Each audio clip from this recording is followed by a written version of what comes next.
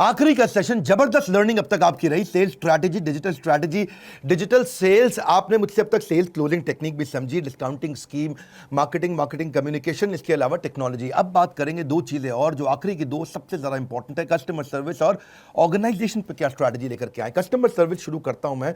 आज का हमारा 9वां unit, 80th strategy, art and science of feedback forms. Feedback form बड़ा इंपॉर्टेंट है आपकी सेल्स की ग्रोथ के लिए। ये आर्ट एंड साइंस है, दोनों चीजें हैं। बहरहाल बिल गेट्स क्या कहते हैं? बिल गेट्स का कहना है कि we all need people who will give us feedback, that's how we will improve.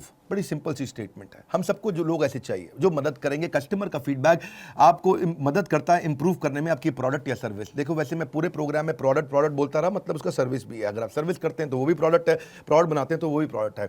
उदाहरण लेंगे आप, उबर जो है, अपने ड्राइवर के अगर बहुत सारे नेगेटिव या डाउन वोट्स आ जाते हैं तो उसको पिनलाइज कर देता है, क्योंकि फीडबैक पे ही चलता है उबर। अपने कस्टमर को सेंट्रल पोजीशन पे लेके आओ अपनी कंपनी में, कस्टमर को सेंटर स्टेज पे लेके आओ। कस्टमर ही कंपनी चलाना चाहिए आपकी। ये आपको कस्टमर सेटिस्फैक्शन में मदद करेगी फीडबैक्स। ये आपको कस्टमर रिटेंशन में मदद करेंगे, और कस्टमर रिटेंशन मतलब ज्यादा रेवेन्यू। सेटिस्फाइड कस्टमर आपके साथ रुकेगा।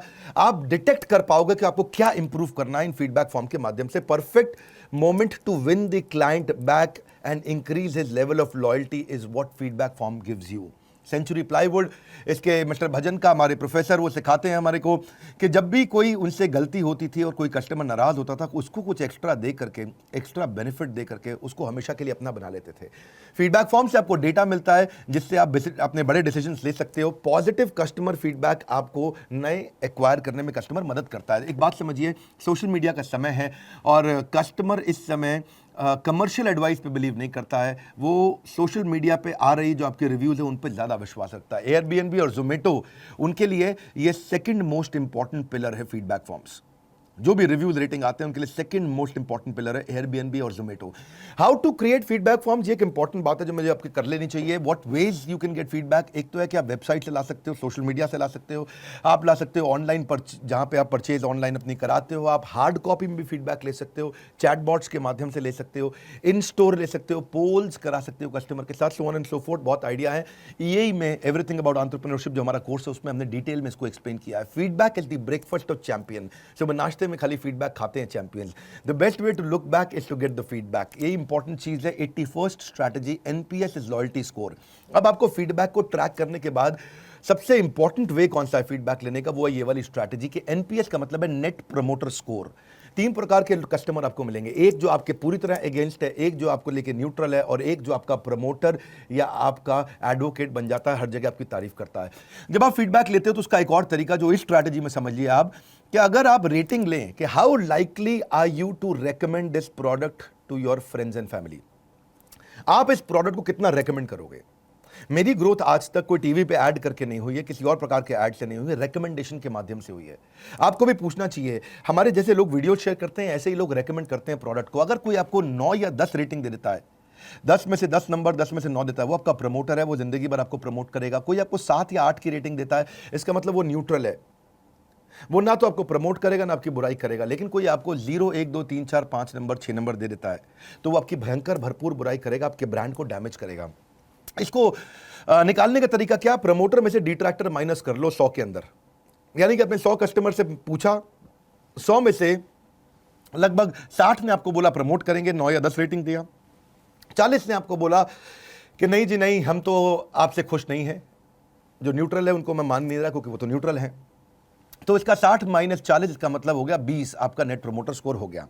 नेट प्रमोटर स्कोर एक, जैसे बिहार के अंदर चावल, साउथ इंडिया में चावल एक स्टेपल फूड है जी। नॉर्थ इंडिया में आलू के पराठे पंजाबी खाते हैं, वो स्टेपल फूड है। इसी तरह अच्छी ऑर्गेनाइजेशन का स्टेपल फूड क्या है? Feedback form, customer feedback surveys. इससे आप प्रेडिक्ट कर सकते हो कि आपका रिटेंशन रेट कैसा रहने वाला है, कस्टमर कितना रिटेन होगा। जितना अच्छा एनपीएस है उतनी ज्यादा आपका सेल और मार्केटिंग का आरओआई अपने आप आ जाएगा। ये सबसे एक्यूरेट मेथोडोलॉजी है।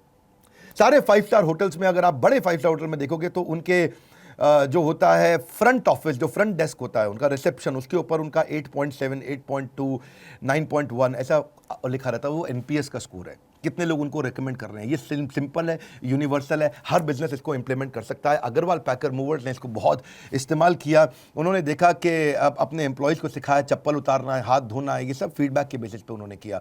सामान शिफ्ट करते वक्त उन्होंने देखा कि मंदिर है, मंदिर को कैसे लेके जाना है, मंदिर को सबसे पहले उठा के पैक करना है, और जब आपका वापस शिफ्ट करते हैं तो सबसे पहले उतारना है उसको, ताकि हाथ धो के चप्पल उतार के ये काम खत्म कर लें, बाकी चप्पल पहन के उसके बाद बाकी सारे काम कर लें। सो उन्होंने साइजेबल डिस्टेंस रखा है, महिलाओं से अपने आप को दूर रखा है। ये सब कैसे किया उन्होंने? ये सब फीडबैक के दम पे किया। कॉन्टैक्टलेस डिलीवरी भी आजकल फीडबैक के दम पे हो रही है। McDonald's, Swiggy, Domino's, Amazon, big basket, ये सब कॉन्टैक्टलेस डिलीवरी की तैयारी कर रहे हैं। मेरा एक क्लाइंट है जिसको बोलते हैं bless one health care company, इसने भी इसी की तैयारी करी। इसने कहा कि भाई कॉन्टैक्टलेस डिलीवरी हो रही है तो लोगों को मदद करने के लिए, ब्रांड्स को मदद करने के लिए, इंडिविजुअल्स को मदद करने के लिए मैं सारे प्रोटेक्शन एसेंशियल जो चाहिए इस समय कोविड-19 में, चाहे वो मास्क है, बच्चों का मास्क है, 20 रुपये से 200 रुपये की रेंज इन्होंने बनाई, क्योंकि ये बड़ी अपॉर्चुनिटी है। WHO अप्रूव चीज़ें चाहिए होती हैं, सैनिटाइजर, डिसइंफेक्टेंट चाहिए होता है आपको। ये ब्लेस वन कंपनी इस समय बड़ी अपॉर्चुनिटी को देख करके बहुत बड़ा इसने जो है ग्रोथ लिया है। सेल्फ सैनिटाइजेशन किट बना दिया इन्होंने, हाइजीन, इम्यूनिटी को देखते हुए, तो ये भी अब अपने डीलर डिस्ट्रीब्यूटर भी बना रहे हैं। बहरहाल मैं अपनी 80 सेकंड स्ट्रैटेजी पे जाऊंगा, ग्रीवेंस मैनेजमेंट, क्योंकि कस्टमर सर्विस चल रहा है। कस्टमर अगर नाराज हो ही गया है तो अब क्या करें? जो नाराज हो गया उसको पार्टनर कैसे बनाए? उससे थोड़ा बातचीत चालू करिए। नाराज कस्टमर की बातों को डिलीट करने की जगह उसको सुनना शुरू करिए, और जो भी सोल्यूशन ले उस सोल्यूशन को डिसाइड करके सोल्यूशन उसको बता दें। अगर वो नाराज हो गया उसको कुछ वापस दे, गिव हिम समथिंग बैक। उसको अगले परचेज पे कुछ डिस्काउंट दे दो, नेक्स्ट बिल पे उसको कोई गिफ्ट वाउचर दे सकते हो अपने ही प्रोडक्ट का। उसको कुछ एडिशनल, देखिए एक बात, बड़ी छोटी सी एडिशनल कॉस्ट आती है आपको, लेकिन आपका कस्टमर आपका रह जाएगा, हमेशा के लिए आपका हो जाएगा। तो आप अपने आप को उसके जूतों में डालिए, put yourself in their shoes, उनकी तरह सोचिए वो कैसा महसूस कर रहे हैं। बट रूल क्या है? If you can't solve it, find someone who can solve it. बड़ा इंपॉर्टेंट रूल है ये। कंप्लेंट्स को रिकॉर्ड करिए, उनके साथ में फीडबैक कॉल्स उनको अरेंज करिए कि दोबारा फीडबैक लें, इसको बोलते हैं क्विक फॉलोअप कॉल। उनसे उसके स्कोर को मॉनिटर करें, सीरियसली लें इसको, तभी आप अपने बिजनेस को लंबा चला पाएंगे। नहीं तो क्या होगा? आगे दौड़ पीछे छोड़। ये ऐसा होगा कि जैसे छन्नी में पानी भर रहे हो, ऊपर से पानी तो डाल रहे हैं, नीचे से निकल रहा है, जो कस्टमर नाराज हो रहा है। So cost of retention is always lower than cost of acquisition. नया कस्टमर लाना महंगा पड़ता है। फॉलोअप करिए, ये बड़ा क्रिटिकल है, और आप इस स्कोर बोर्ड को मैनेज करिए। People don't care how much you know, but they know how much you care. लोगों को इस बात की परवाह नहीं है कि आपको जानकारी कितनी है, पर वो जानकारी रखते हैं कि आपको उनकी परवाह कितनी है। इंपॉर्टेंट चीज़ क्या है? Customer experience, customer experience, customer experience. Customer का एक्सपीरियंस अच्छा होगा, बात बन जाएगी। 83rd strategy, first call resolution, बहुत इंपॉर्टेंट है। बहुत बारी हम नहीं समझ पाते हैं। जैसे जैसे ऑर्गेनाइजेशन आपकी बड़ी होगी, अगर छोटी है तो भी सीखिए, और बड़ी है तो बहुत जरूरी इंप्लीमेंट भी कर सकते हैं। फर्स्ट कॉल रेजोल्यूशन का मतलब क्या है? आपको ऐसा कुछ करना चाहिए कि कस्टमर एक प्रॉब्लम के लिए बार बार फोन ना करे। कस्टमर की इस सर्विस परफॉर्मेंस के मैट्रिक्स को मेजर आपको करना चाहिए। जितना हायर आपका FCR रेट होगा, फर्स्ट कॉल रेजोल्यूशन का मतलब क्या होगा? पहली कॉल में ही प्रॉब्लम सॉल्व। फोन किया, पहली कॉल में ही प्रॉब्लम सॉल्व। जितना ज्यादा आपका फर्स्ट कॉल रेजोल्यूशन अच्छा होगा, उतने ज्यादा आपके सेटिस्फाइड कस्टमर होंगे, उतना आपका लॉयल्टी स्कोर बढ़ेगा, और उतने ज्यादा आपको ज्यादा सेल मिलेगी उन्हीं कस्टमर से।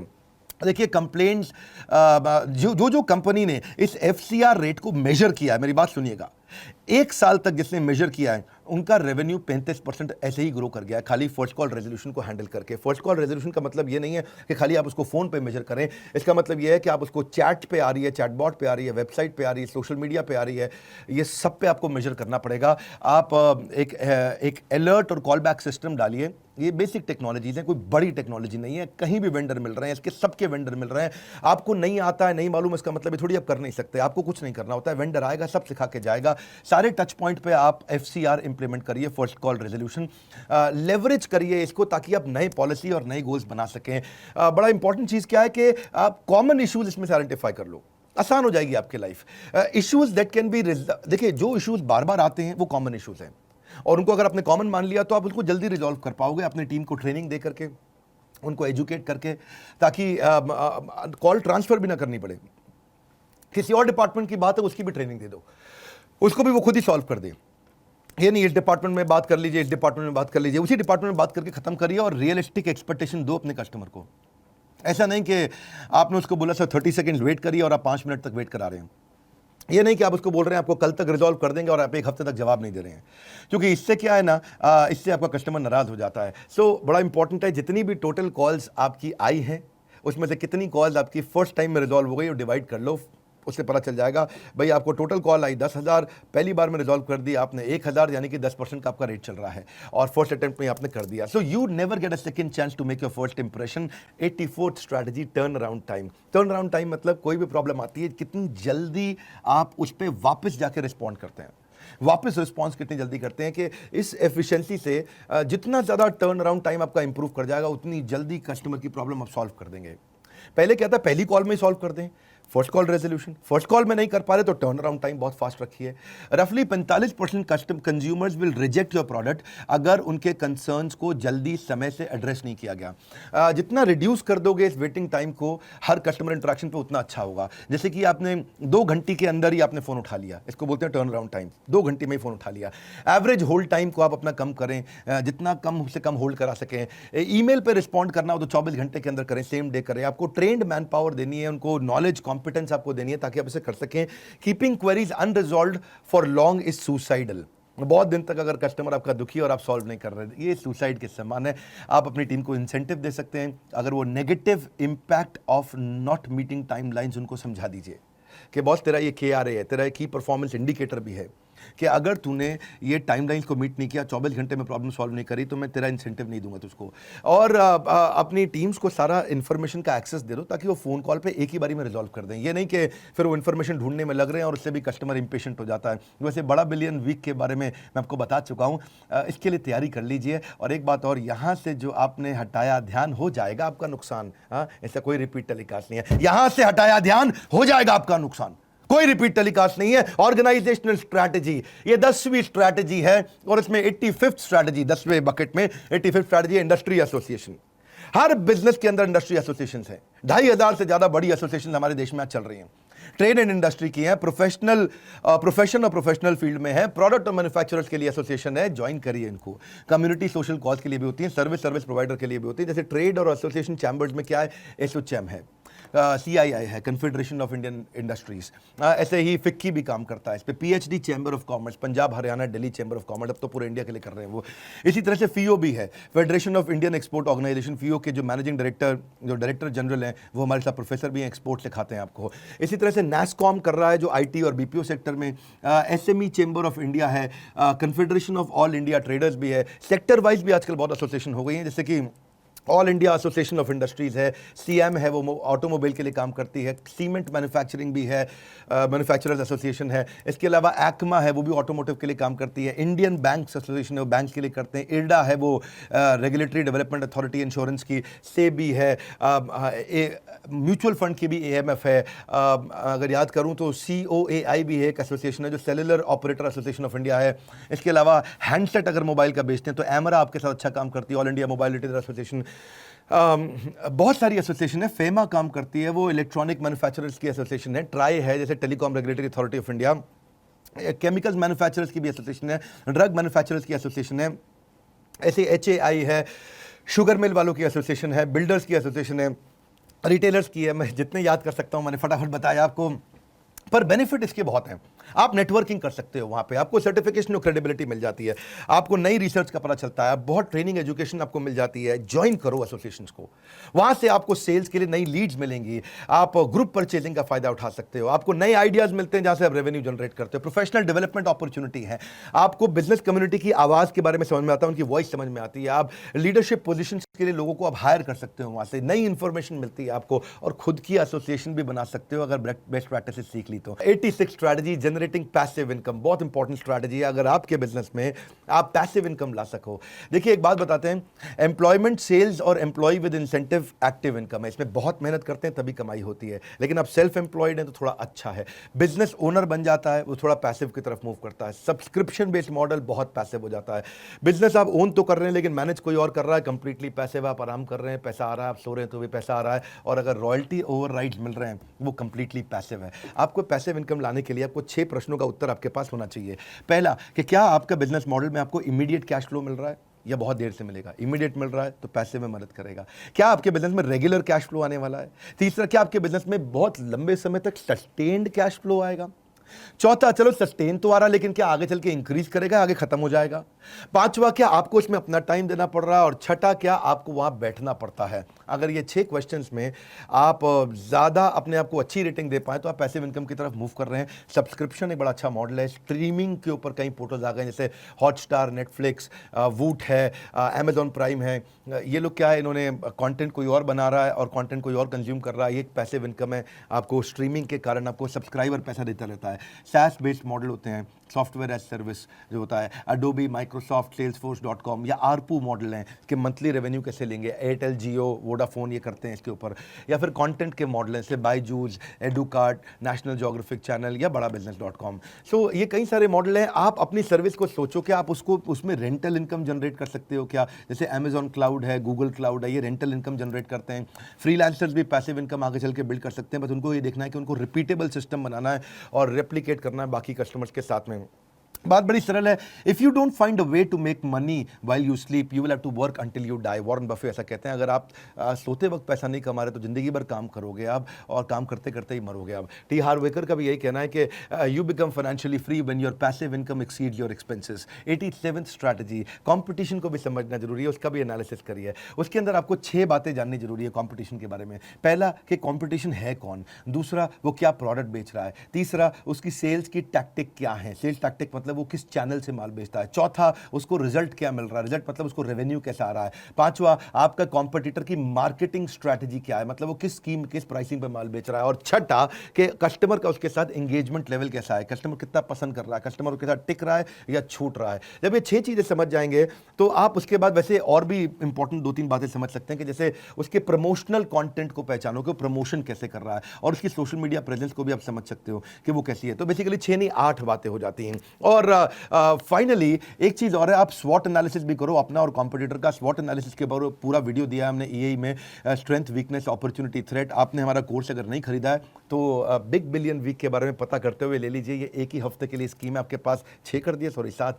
तो रियल सोल्यूशन क्या है कि कॉम्पिटिटर की प्रॉब्लम को रिजॉल्व करो। हाँ, कॉम्पिटिटर की जो प्रॉब्लम कस्टमर के साथ आ रही है वो रिजॉल्व करो, कस्टमर कॉम्पिटिटर को छोड़ के आपके पास आ जाएगा। The weakness of an enemy is the opportunity of your strength. क्या मतलब हुआ? Opportunity of your own strength, यानी कि अगर कस्टमर की कोई वीकनेस है तो वहीं पे आपके लिए बड़ी अपॉर्चुनिटी छुपी हुई है। अब कहते हैं जैक वेल्च के बाय और बरी द कंपटीशन। या तो कंपटीशन को खरीद लो, उसको अपने साथ मिला लो, या उसको खत्म कर दो। अपनी कंपनी को इतना बड़ा कर दो कि कंपटीशन के पास कोई जाए नहीं। 88th strategy, contact centre to scale the sales. ऐसे समझिए कि अगर आपकी कंपनी छोटी है तो 2-3 लोगों का कॉल सेंटर बनाओ, थोड़ी बड़ी हो रही है, मिड साइज हो रही है, 10-20 लोगों का कॉल सेंटर बनाओ, ज़्यादा बड़ी हो गई है तो 50-100 के बाद आपको खुद ही समझ आ जाएगा कितने का कॉल सेंटर आपको बनाना है। कॉन्टैक्ट सेंटर या कॉल सेंटर मतलब ये वो सेल्स के लोग होते हैं जो फ़ोन कॉल्स पे बात करते हैं या चैटबॉट्स पे बात करते हैं। कॉल सेंटर 2 प्रकार के हैं, इनबाउंड कॉल सेंटर या आउटबाउंड कॉल सेंटर। इनबाउंड मतलब फोन आता है, आउटबाउंड मतलब आप खुद फोन करते हैं। अपना सबसे पहले क्या करिए, डिटरमिन करिए कैसा कॉल सेंटर चाहिए। दूसरा, अपना बिजनेस प्लान बनाइए कि आपको कितने पीरियड के लिए चाहिए, क्या प्रोजेक्टेड सेल्स आप इनसे निकाल सकते हैं, क्या मार्केटिंग एक्टिविटीज आप इनके साथ करेंगे, कितना एक्सपेंसेस, क्या इक्विपमेंट चाहिए आपको, क्या रिक्वायरमेंट चाहिए। मैं समझा देता हूं आपको। कैलकुलेट करिए तीसरा कि कितने नंबर ऑफ एम्प्लॉयज आपको चाहिए, 2, 5, 7 से शुरू कर सकते हो आप। और डिसाइड करो कि कॉल सेंटर आपका कहां पे लोकेट होना चाहिए। मैंने जब अपना कॉल सेंटर शुरू किया तो 3 लोगों से किया था, एक मैनेजर और 3 एग्जीक्यूटिव, विकास सिंघा थे और साथ में एम एन नीलम मनीषा थी। और उसके बाद आज हमारा बहुत बड़ा हो गया कॉन्टैक्ट सेंटर। आज तो बहुत लोग हैं, देश भर में सैकड़ों लोग हमारे कॉन्टैक्ट सेंटर पे करते हैं। सो डिसाइड करिए लोकेशन क्या रखेंगे इसके लिए। आप अगर सस्ता कॉल सेंटर बनाना चाहते हैं तो दिल्ली मुंबई के बाहर रखिए, और अगर बड़ा अंग्रेजी टाइप कॉल सेंटर बनाना है तो दिल्ली एनसीआर या मुंबई सबअर्बन में रखिए आप। और क्यों, ये इस पर डिपेंड करता है क्या स्किल रिक्वायर्ड है आपको। डोमेस्टिक में आपको थोड़ी चीपर मैन पावर भी चल जाती है। हायरिंग और ट्रेनिंग आपको पहले से करके रखनी है, ये बड़ी तैयारी है। अपना कल्चर अच्छा रखिए कॉल सेंटर में। टूल्स पहचानिए आपको क्या क्या टूल्स चाहिए, जैसे डायलर चाहिए ताकि आप ऑटोमेटिकली डायल कर सको, कॉल कॉन्फ्रेंसिंग आपको चाहिए, रियल टाइम रिपोर्टिंग आपके सारी की सारी आ जाए, प्रिडिक्टिव डायलर भी आता है। पीआरआई लाइन क्या होती है, जिससे बीच में एक देवी जी बोलती है नमस्कार, आप लाइन पे हैं या होल्ड पे हैं। सीआरएम सिस्टम भी आप उसमें चाहिए होगा आपको, कॉल रिकॉर्डिंग रखिएगा। ये सब कुछ महंगा नहीं है आजकल, सब 100-200 रुपये महीना, कोई चीज़ 2000 रुपये महीना, 500 रुपये महीना पे आती है। एक विस्पर कोचिंग भी आता है, क्षमा चाहता हूँ थोड़ा जर्क है लाइफ के अंदर। विस्पर कोचिंग क्या होता है, कि एक एग्जीक्यूटिव बात कर रहा है और दूसरा कान में लगा रखा और उसका मेंटर उससे बात करते करते दूसरे कान के अंदर ईयरफोन में बता रहा है ऐसा मत इसको ऐसा बोलो, ऐसा मत इसका ऐसा बोलो। क्योंकि कॉल बार्जिंग फैसिलिटी होती है तो वो दूसरा वाला मेंटर भी मेंटी की सारी कॉल बैठ करके सुन सकता है। ये कुछ भी महंगा नहीं है, मत सोचिए इसके बारे में। कॉल सेंटर से आप बहुत माल बेच सकते हैं, अपना बहुत सर्विसेज बेच सकते हैं। इसको बड़ा करिए, इंटरैक्टिव वीडियो भी ले सकते हैं हम, इंटेलिजेंट कॉल बैक सिस्टम आता है, ऑटोमेटिक कॉल डिस्ट्रीब्यूटर भी होता है कि फ़ोन आई तो कौन खाली बैठा है उसके पास में कॉल चली जाएगी। जैसे हमारे पास में 250 लाइंस हैं और 250 लाइंस में जो भी कस्टमर एग्जीक्यूटिव हमारा खाली बैठा हुआ है, जब भी आप फ़ोन करते हैं 9810544443 तो उसके पास फ़ोन चला जाता है जो खाली बैठा है। इसके अलावा IVR ले सकते हैं आप, इंटरैक्टिव वॉइस रिस्पॉन्स जो रहता है। देखिए इसके बड़े बेनिफिट्स हैं। बेनिफिट क्या है कि आपका कस्टमर सर्विस मैनेजमेंट इंप्रूव करता है, एम्प्लॉय की प्रोडक्टिविटी एफिशिएंसी बढ़ जाती है। आपको पता चल जाता है कि उसने 8 घंटे की शिफ्ट में कितने घंटे काम किया है। आपको पता चल जाता है कौन इस समय कॉल पे नहीं है, खाली बैठा है। आपको पता चल जाता है कि ये अटेंटिव है कि नहीं है अब कॉल पे, उसकी अटेंशन भी बढ़ जाती है, कस्टमर को अच्छा एक्सपीरियंस मिलता है।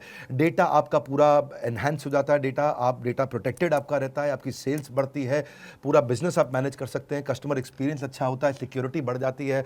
आप ज़्यादा कॉल फ्लो आए तो उसको भी मैनेज कर सकते हैं, कोई डिजास्टर हो जाए तो सारा डेटा रिकवर हो जाता है। स्पेशलाइज्ड तरह की कोई कॉल्स हैं या कोई आप रात की भी कॉल्स हैं तो वो भी मैनेज हो जाती है। आपका टाइम बेसिकली सेव होता है, प्रॉफिटेबिलिटी आपकी बढ़ती है, गुडविल आपका बढ़ता है, कॉल क्वालिटी आपकी इंप्रूव करते हैं। आप कंटिन्यूसली अपनी टीम को अपडेट कर सकते हो, कॉल को आप एनालाइज कर सकते हो और 24 घंटे ये चला सकते हैं। मैं भूल चाहता नहीं कि आप बिल्कुल भूलें बड़ा बिलियन वीक के बारे में, क्योंकि ये तो चीज़ें आती नहीं है ना, केवल एक हफ्ते के लिए आती है और ये तो वैसे भी सबके लिए ओपन नहीं है। बड़ा बिलियन वीक खाली आप ही लोग के लिए ओपन है जिसने बीच में मेरा से वेबिनार ज्वाइन किया है। बड़ा बिलियन वीक ये एक हफ्ते का ऐसा स्कीम हमने दिया है, इसके बारे में इसको बोलते हैं हम एक खरीदो साथ में 10 फ्री मिलेंगे।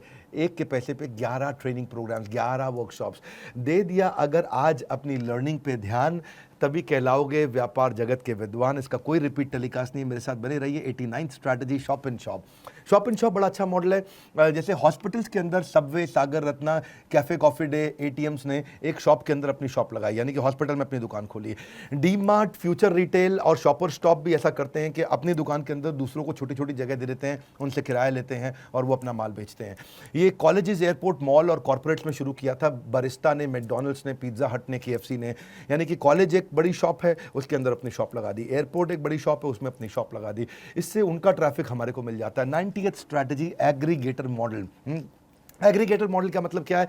जीव जीवस्य जीवनम। इसका अर्थ है जब एक जीव दूसरे जीव के जीवन पे उसका खुद का जीवन निर्भर करता हो। जैसे मैं आपको बताता हूँ, इसको प्लेटफॉर्म बोलते हैं, प्रोजेक्ट नहीं बोलते। एप्पल, गूगल, अमेजॉन, माइक्रोसॉफ्ट, इन सब ने प्रोजेक्ट प्लेटफॉर्म बनाया है। यानी कि खरीदता कोई है, बेचता कोई है। आप जानते हैं iOS है, ये भी एक प्लेटफॉर्म है। इसमें अनकनेक्टेड लोग आपस में आके कनेक्ट हो जाते हैं, मल्टी साइडेड ट्रांजैक्शन होती है। ये एक प्लेटफॉर्म है, इसको बोलते हैं एग्रीगेटर। एग्रीगेटर बेसिकली बनता कैसे है? आप इसको समझो जैसे कि उबर है, ओयो है, स्विगी है, ओला है, या फिर अर्बन कंपनी जो पहले अर्बन क्लैब कहलाई जाती थी, Naukri.com है। ये क्या एग्रीगेटर है? कैसे बनते हैं? इसको बेसिक 3 स्टेप में आप समझो, 2 स्टेप में। पहले ये समझते हैं कि फ्रीडम टू चूज स्पेसिफिकेशन आ जाती है कस्टमर के पास में कि उसे क्या खरीदना है, कितना खरीदना है। एग्रीगेटर मॉडल पे आप एक बड़ा कस्टमर बेस लेके आते हो, लेकिन आपको समझना है आप कैसे कर सकते हो।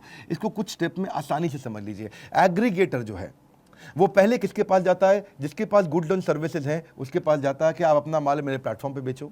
मेरा नाम है फ्लिपकार्ट, आप सब माल बेचना चाहते हो, मेरे प्लेटफॉर्म पे बेचो, मैं आपको कस्टमर दूंगा।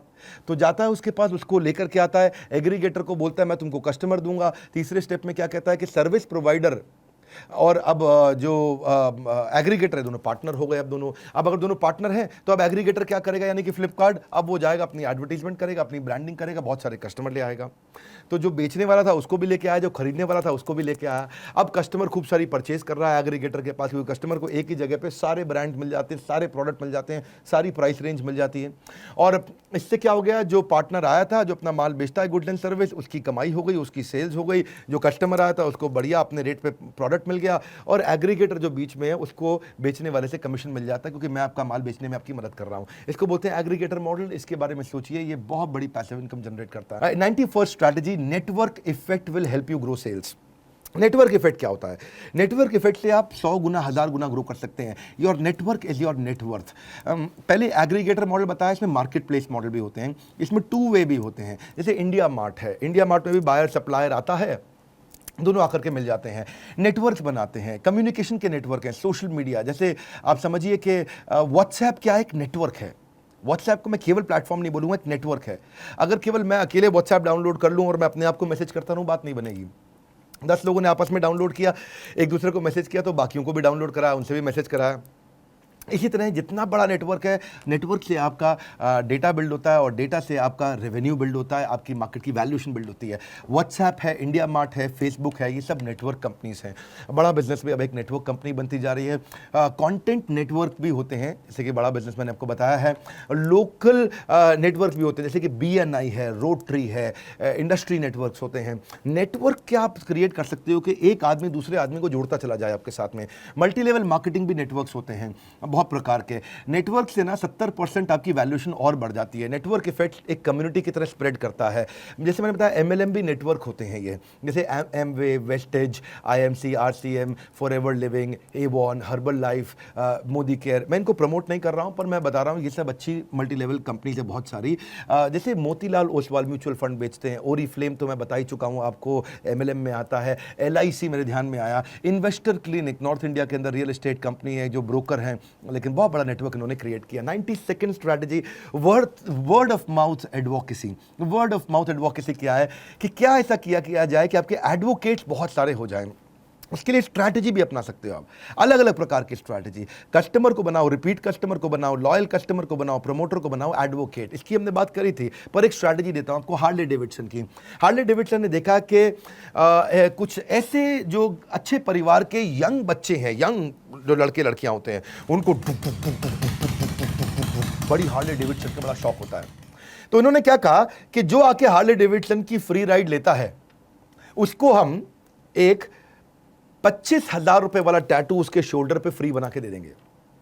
अब लड़कों की भीड़ लग गई जी, और 25,000 रुपए का टैटू ओए फ्री में बना रहा है हार्ले डेविडसन, ओए चलो, पूरी भीड़ पहुंच गई वहां पे। उन्होंने टैटू पे हार्ले डेविडसन का लोगो बना दिया, 25,000 रुपए का उसका प्राइस रखा था।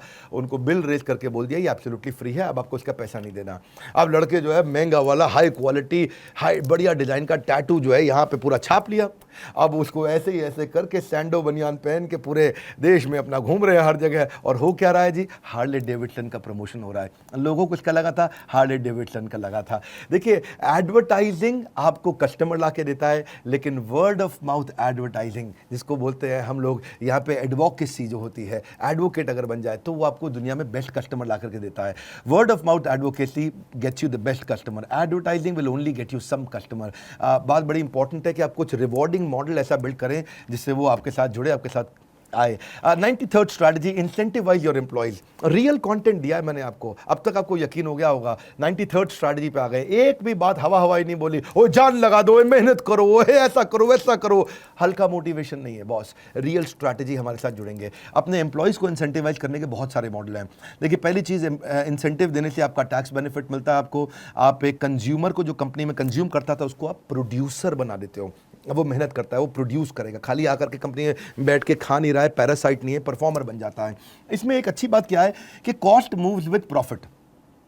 आपकी कॉस्ट तभी बढ़ेगी जब आपका प्रॉफिट बढ़ेगा। और अगली पॉइंट क्या है इसमें, वर्कर्स की, आपके एम्प्लॉयज की लॉयल्टी बढ़ती है, उनकी प्रोडक्टिविटी बढ़ जाती है। तो आप क्या करें, इंसेंटिव रेशियोज को अच्छे से प्लान करें। बहुत तरीके, इंडिविजुअल इंसेंटिव, ऑर्गेनाइजेशन का इंसेंटिव या ग्रुप का इंसेंटिव। अभी तो 3 तरीके मान लीजिए। पहले इंडिविजुअल को समझ लेते हैं। आप इंसेंटिव टाइम बेस्ड भी दे सकते हो, आउटपुट बेस्ड भी दे सकते हो। मान लो आप कुछ प्रोडक्शन कर रहे हैं, तो टाइम बेस्ड इंसेंटिव क्या होगा, कितना कम टाइम में तूने प्रोडक्शन कर दिया उस पर इंसेंटिव दूंगा। आउटपुट बेस्ड क्या होगा, कितना ज्यादा माल बना दिया उस पर इंसेंटिव दूंगा। यानी कि कम टाइम का मतलब होगा, टाइम बेस्ड का मतलब हो गया आपने पर आवर वेज रेट बना दिया, और आउटपुट हो गया आपने पर पीस वेज रेट बना दिया कि भाई जितना आइटम बना के देगा उतने पे इंसेंटिव दूंगा। तेरे को 100 बनाना चाहिए, 100 के ऊपर जितने बनाएगा उतने इंसेंटिव दूंगा तुझको मैं। तो इंसेंटिव एक तरफ होता है टाइम पे बेस्ड और एक तरफ होता है आउटपुट पे बेस्ड। अब देखो, इंसेंटिव में आप प्रॉफिट और गेन शेयरिंग मॉडल बना सकते हो कि भाई सेल्स की टीम के साथ सबसे आसान है ये कि तू जितना ज़्यादा प्रॉफिट ला के देगा उसी में से ही तेरे को गेन मैं शेयर करके दूंगा। इसमें आप कैश प्लान बना सकते हो, डेफर्ड प्लान बना सकते हो, कॉम्बिनेशन प्लान। कैश प्लान क्या होता है कि भाई तू ऐसा है, तूने अगर मेरी 1 करोड़ रुपए की सेल कराई तो 1 करोड़ की सेल पे मैं तुझको 2% यानी कि 2 लाख रुपए का इंसेंटिव दूंगा, तुरंत कैश दे रहा हूँ। लेकिन दूसरी तरफ एक होता है डेफर्ड प्लान। हाँ भाई, तेरा 2 लाख का इंसेंटिव बन गया, तो पत्र देता 5 साल के बाद हूं मैं, या तेरी रिटायरमेंट पे देता हूं। और एक होता है कॉम्बिनेशन, चल ठीक है तेरा इंसेंटिव तो बन गया है 2 लाख रुपए का, 1 लाख अभी ले, 1 लाख 5 साल के बाद या रिटायरमेंट के बाद तेरे को दूंगा। उसको बोलते हैं कॉम्बिनेशन, अपने कैश और डेफर्ड को कंबाइन कर दिया।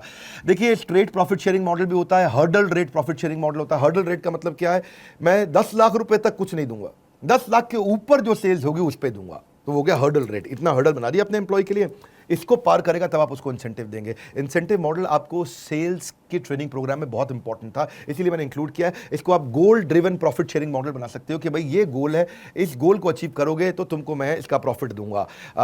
इसके अलावा इसे गोल बेस्ड कैश बोनस भी कर सकते हो कि भाई कितना तूने अगर कॉस्ट खत्म कर दिया, कम कर दिया तो तुझे इंसेंटिव मिलेगा, रेवेन्यू बढ़ा दिया तो इंसेंटिव मिलेगा, कस्टमर सेटिस्फाई कर दिया तो इंसेंटिव मिलेगा। उसमें गोल डिसाइड कर दिया जाता है। एक और तरीका है पे इफ स्टे, अगर तू मेरे साथ टिका रहेगा तो इंसेंटिव दूंगा। इससे अगर आपके कंपनी में लोग छोड़ के जा रहे हैं तो ये पे इफ स्टे का मॉडल अच्छा है, अगर तू स्टे करेगा मेरे साथ लंबे समय तक रहेगा तो इंसेंटिव दूंगा।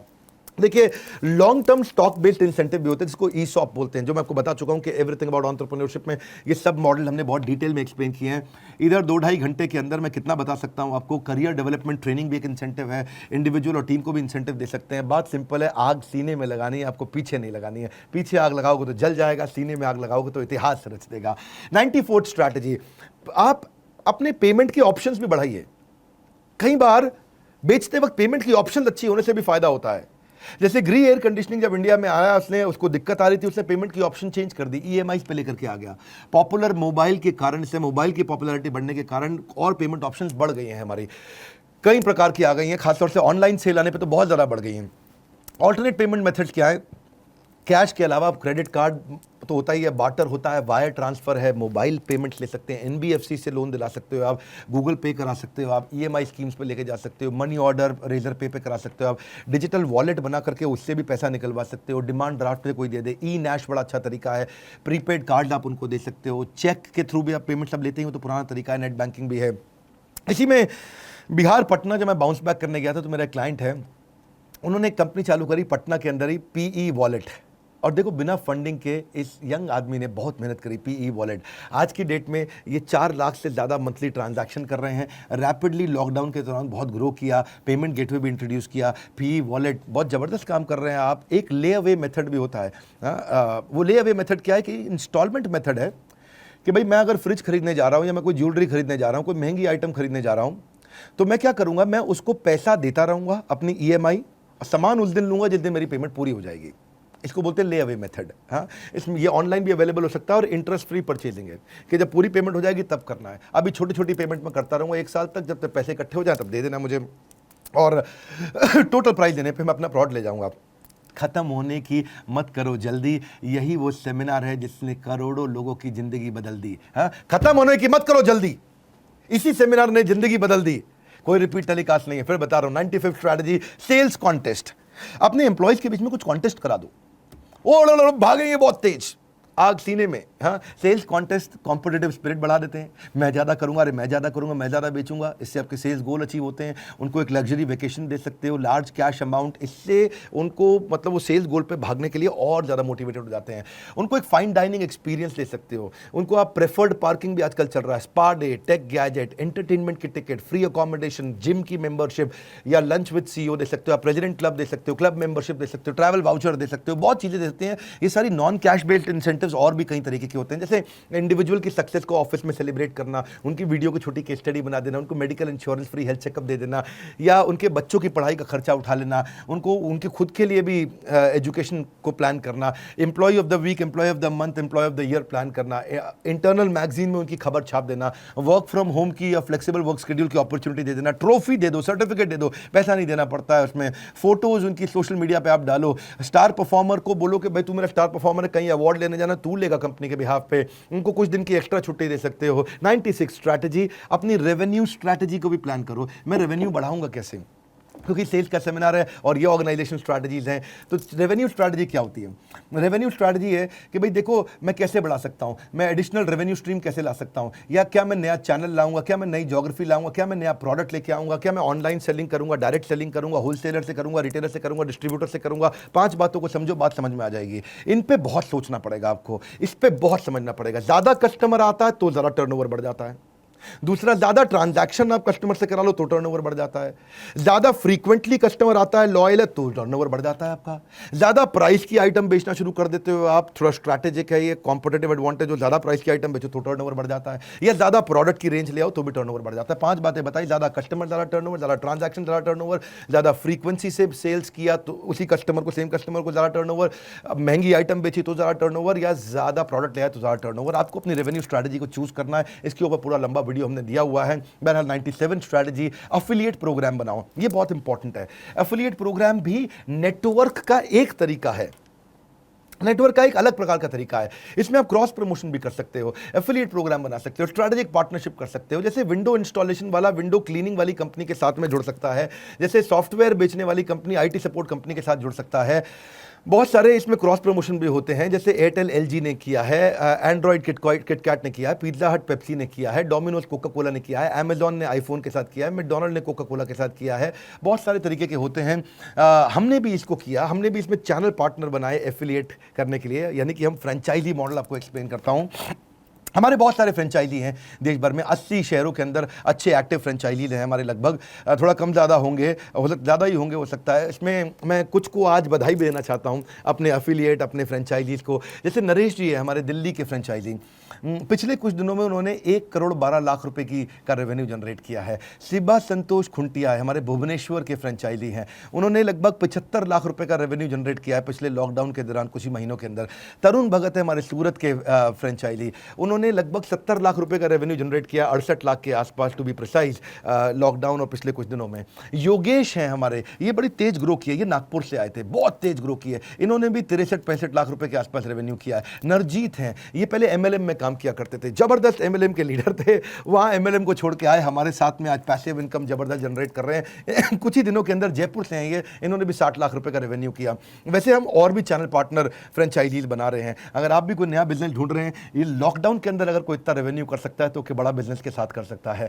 जैसे हम अमृतसर है, जलंधर है, गोरखपुर है, कानपुर है, कोलकाता में हम 2 फ्रेंचाइजी देख रहे हैं, सिलीगुड़ी है, भागलपुर, बरेली, ईस्ट दिल्ली में भी बना रहे हैं, साउथ दिल्ली में बना रहे हैं, झांसी है, अयोध्या है, रेवाड़ी है, शाहजहांपुर है, सहारनपुर है, जमशेदपुर है, इन सब जगह पे। और यार नॉर्थ ईस्ट पूरा भी हमारे को एक्वायर करना है, गुवाहाटी तक भी हम पहुंचे नॉर्थ ईस्ट में। अगर आप भी हमारे साथ फ्रेंचाइजी बनना चाहते हैं तो नॉर्थ और ईस्ट के लिए जो मैं आपको नंबर देता हूं वो है 8448780886। ये नंबर आपके सामने है, आप बात कर सकते हैं या हमारे आप फ़ोन करके बात कर सकते हैं।